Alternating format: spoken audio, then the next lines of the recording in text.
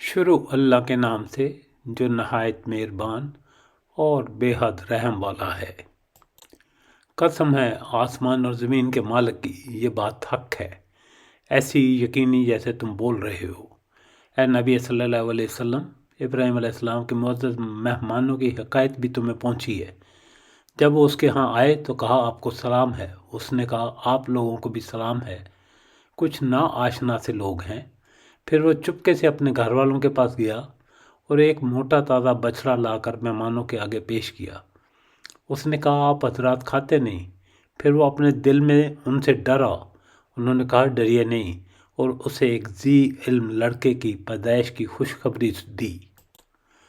یہ سن کر اس کی بیوی چیختی ہوئی آگے بڑھی اور اس نے اپنا منہ پیٹ لیا اور کہنے لگی میں بوڑھی بھانج۔ انہوں نے کہا یہی کچھ فرمایا تیرے رب نے، وہ حکیم ہے اور سب کچھ جانتا ہے۔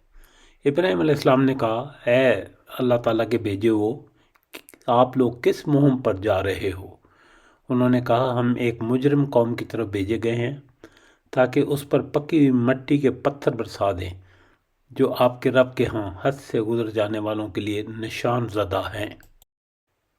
پھر ہم نے ان سب لوگوں کو نکال لیا جو اس بستی میں مومن تھے، اور وہاں ہم نے ایک گھر کے سوا مسلمانوں کا کوئی گھر نہ پایا۔ اس کے بعد ہم نے وہاں بس ایک نشانی ان لوگوں کے لیے چھوڑ دی جو دردناک عذاب سے ڈرتے ہوں۔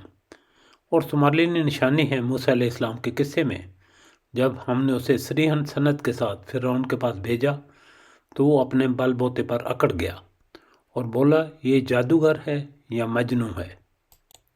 اور تمہارے لیے عاد کی قوم میں نشانی ہے، جبکہ ہم نے ان پر ایک ایسی بے خیر ہوا بھیج دی کہ جس چیز پر بھی وہ گزر گئی اسے بوسیدہ کر کے رکھ دیا۔